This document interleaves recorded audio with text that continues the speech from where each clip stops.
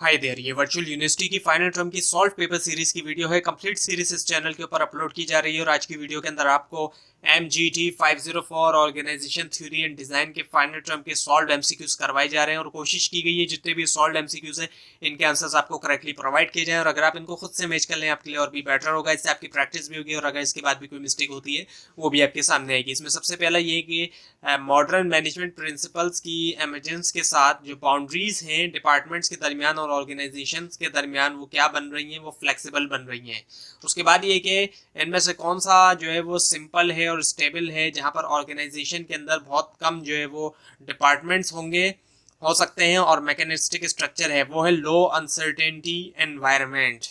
उसके बाद ये कि इनमें से कौन सा जो है ऑप्शन वो राइट डेफिनेशन है, जो वर्ड है इनोवेशन इन बिजनेस उसके लिए वो है the use of a new idea, use जो है करना न्यू आइडिया का बिजनेस के अंदर क्रिएटिव मैनर के अंदर। उसके बाद ये कि इनमें से कौन सा जो है वो स्ट्रक्चरल डायमेंशन नहीं है, वो है एन ऑर्गेनाइजेशन कल्चर। बाकी ऑप्शन जो है वो है सेंट्रलाइजेशन है, प्रोफेशनलिज्म है, हायरार्की ऑफ अथॉरिटी भी है। उसके बाद ये कि boundary spanning roles link and coordinate organization with the key element in which of the one of the following, ये है एक्सटर्नल एनवायरनमेंट। उसके बाद ये कि जो वार्निंग है मिनिस्ट्री ऑफ हेल्थ की सिगरेट्स के पैक के बारे में कि उसके हार्मफुल इफेक्ट्स हैं, ये एक एग्जांपल है। इनमें से कौन से एथिकल इशू कैटेगरी की, वो है कम्युनिकेशंस। उसके बाद ये कि जो सर्जन जनरल्स वार्निंग है सिगरेट पैकेजेस के बारे में हेल्थ इम्प्लीकेशन जो है स्मोकिंग की, ये एग्जांपल है। इनमें से कौन से एथिकल इशू की, वो है कम्युनिकेशंस। उसके बाद ये कि इनमें से कौन सी टाइप है बिजनेस की, कस्टमर जो है वो is most likely to have the shortest response time on his complain.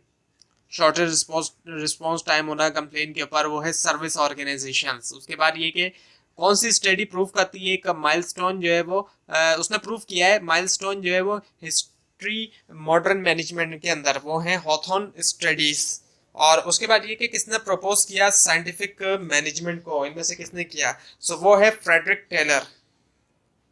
उसके बाद है कि किस स्टेज के ऊपर ऑर्गेनाइजेशनल लाइफ साइकिल डेवलपमेंट की लार्ज नंबर ऑफ एम्प्लॉय जो है वो कोस करते हैं प्रॉब्लम्स और नीड जो है इफेक्टिव लीडरशिप के लिए हर रिमेन हाई होती है, हाई रहती है ऑर्गेनाइजेशन के अंदर, वो है एंटरप्रेन्योरियल स्टेज।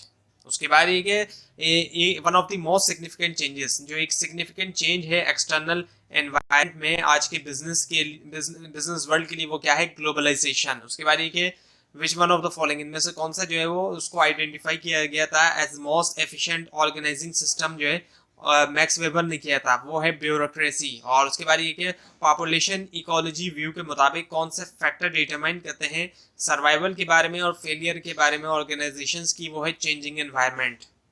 उसके बाद ये कि किस लेवल की एम्प्लॉय पार्टिसिपेशन जो है वो रिक्वायर्ड होती है एक नेटवर्क स्ट्रक्चर्ड ऑर्गेनाइजेशन के अंदर, वो है ग्रेटर एम्प्लॉय पार्टिसिपेशन। उसके बाद ये कि कौन सी अप्रोच जो है वो इन्फ्यूज करती है quality value through out every activity एक कंपनी के अंदर, वो है TQM अप्रोच, यानी कि टोटल क्वालिटी मैनेजमेंट अप्रोच। उसके बाद ये कि क्या इफेक्टिवनेस क्राइटेरियन है क्रेडिटर्स के लिए, वो है क्रेडिट वर्थीनेस।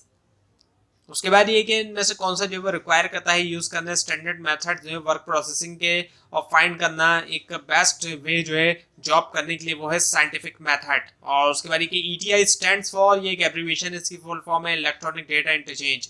उसके बाद ये कि किस तरह का ऑर्गेनाइजेशनल कल्चर जो है उसका एक प्राइमरी फोकस है इन्वॉल्वमेंट के ऊपर और पार्टिसिपेशन के ऊपर ऑर्गेनाइजेशन के मेंबर्स की। और इसके अलावा रैपिडली चेंजिंग एक्सपेक्टेशन जो है एक्सटर्नल एनवायरनमेंट से, वो है clan culture, the clan culture. उसके बाद ये क्या रिस्पॉन्सिबिलिटी जो है ऑफ विच कोर, किस कोर की इंक्लूड्स है इसके अंदर टेक ट्रांसफॉर्मेशन रॉ मटेरियल की, ऑर्गेनाइजेशनल प्रोडक्ट्स और सर्विसेज के अंदर, और इन्वॉल्वमेंट है एनवायरमेंटल सेक्टर्स की, कस्टमर्स की और टेक्नोलॉजी की, वो है टेक्निकल कोर।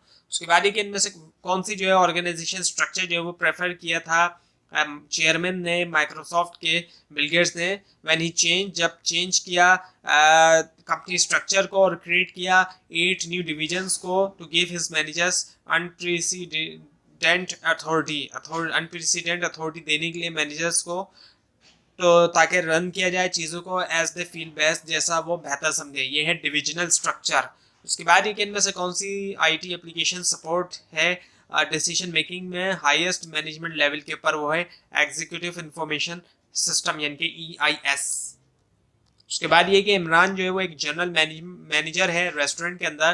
तो जो बिजनेस की नेचर है यानी कि रेस्टोरेंट का जो बिजनेस है इसके मुताबिक इनमें से कौन सा इंपॉर्टेंट रिसोर्स है इस ऑर्गेनाइजेशन के लिए यानी कि एक रेस्टोरेंट के लिए, सो वो है ह्यूमन रिसोर्स।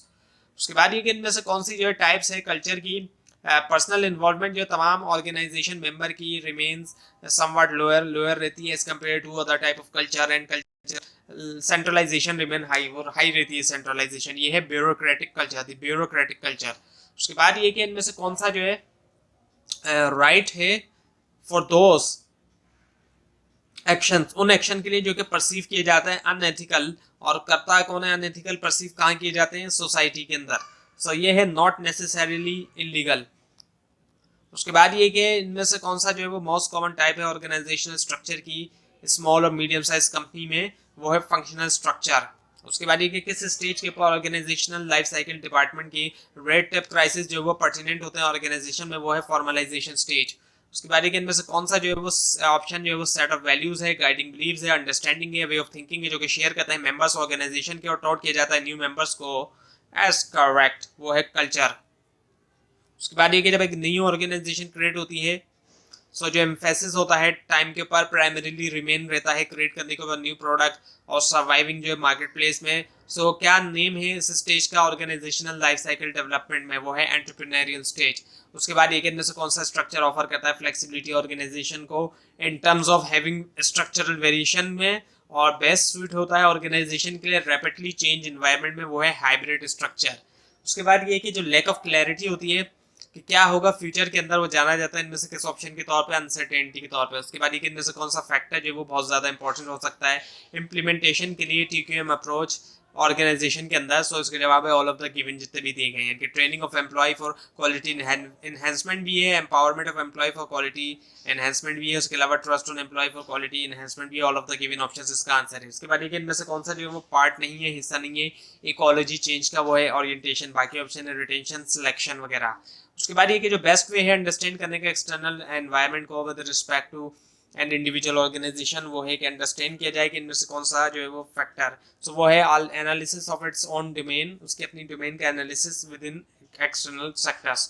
उसके बाद ये क्या है इनमें से कौन सा जो है स्टेटमेंट है रिप्रेजेंट करता है मीनिंग जो है इंक्रीमेंटल चेंज की, वो है कि एक change process that take place slowly and step by step. तो ये थी आज की वीडियो। आपको अगर इस बारे में कोई क्वेश्चन है नीचे कमेंट कीजिए, इसके अंदर कोई मिस्टेक दिखाई दे वो भी ज़रूर हाईलाइट कीजिए, और इस फाइल को आप नीचे डिस्क्रिप्शन बॉक्स में दिए गए लिंक से हासिल कर सकते हैं। लेकिन अगर आपको लिंक ना दिखाई तो इसके लिए आप नीचे कमेंट कीजिए, और इस पूरी सीरीज़ को देखने के लिए इस चैनल को सब्सक्राइब कीजिए, बेल आइकन के ऊपर क्लिक कीजिए। Thanks for watching this video and best of luck for your exams.